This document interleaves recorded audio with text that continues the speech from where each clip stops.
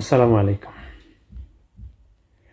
মধ্যপ্রাচ্যে প্রবাসী বাংলাদেশিদেরকে সেই দেশগুলোর বেশিরভাগ মানুষরা, মানে ওই দেশগুলোর যারা স্থানীয় লোকরা আছে, বেশিরভাগ বাংলাদেশিদেরকে 2 টাকার মূল্য দেয় না।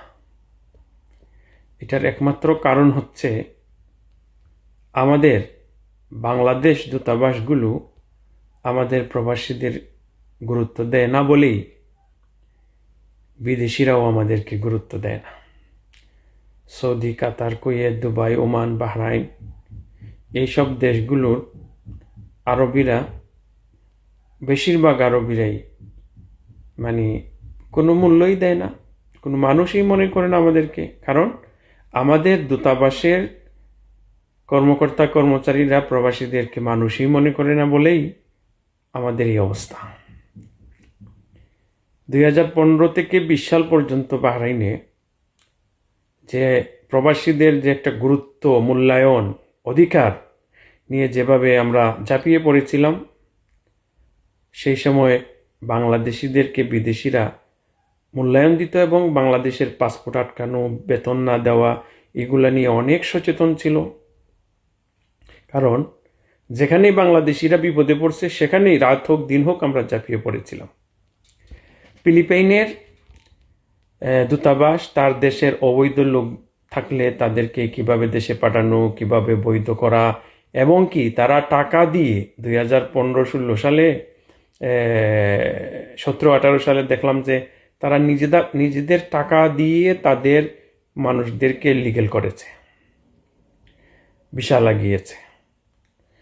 এবং ইসমাইল করে একটা লোক আছে ফিলিপাইনের, ছিল, আমার সাথে কাজ করতো ইমিগ্রেশনে।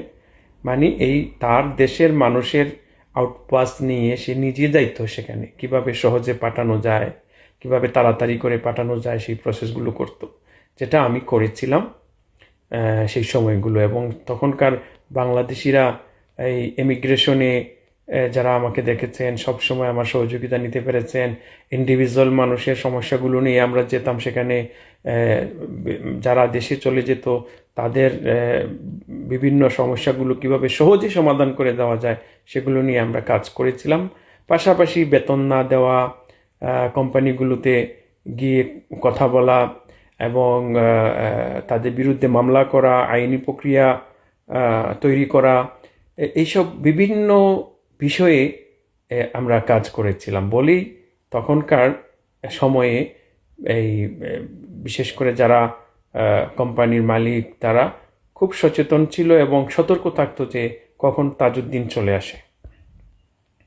যে কোনো প্রবাসী যেখানেই বিপদে পড়েছে আমাদের সাথে যোগাযোগ করতে পেরেছে এবং রাত হোক দিন হোক তাদেরকে সেখান থেকে, বিপদ থেকে উদ্ধার করার জন্য আমরা ছুটে গিয়েছি। পাশাপাশি আইনি সহযোগিতা নিয়েছি। প্রত্যেকটা থানাগুলোতে আমাদের নাম্বার ছিল, আমার নাম্বার ছিল, তারা যোগাযোগ করত। সৌদি, কাতার, কুয়েত, দুবাই, সেখানকার অবস্থা তো অনেক খারাপ। বাহরাইন তো অনেক ভালো। বাহরাইনের আরবিরা খুবই অন্যান্য দেশগুলো থেকে অনেক সাধারণ মানুষদেরকে একটু সম্মান করে। অন্যান্য দেশগুলো তো একদম মানুষই মনে করে না প্রবাসী বাংলাদেশিদেরকে। বলে একটা, কাজ করায় আর একটা। 8 ঘন্টার জায়গায় 12 থেকে 14 ঘন্টা কাজ করিয়া বেতন দেয় না। অনেক প্রবলেম সেখানে। এটার একমাত্র কারণ হচ্ছে বাংলাদেশি দূতাবাসের কোনো গুরুত্ব তাদের প্রবাসীদের জন্য নেই এবং প্রবাসীদেরকে তারা সম্মান দেয় না, তাই বিদেশিদের কাছে আমাদের সম্মান নেই।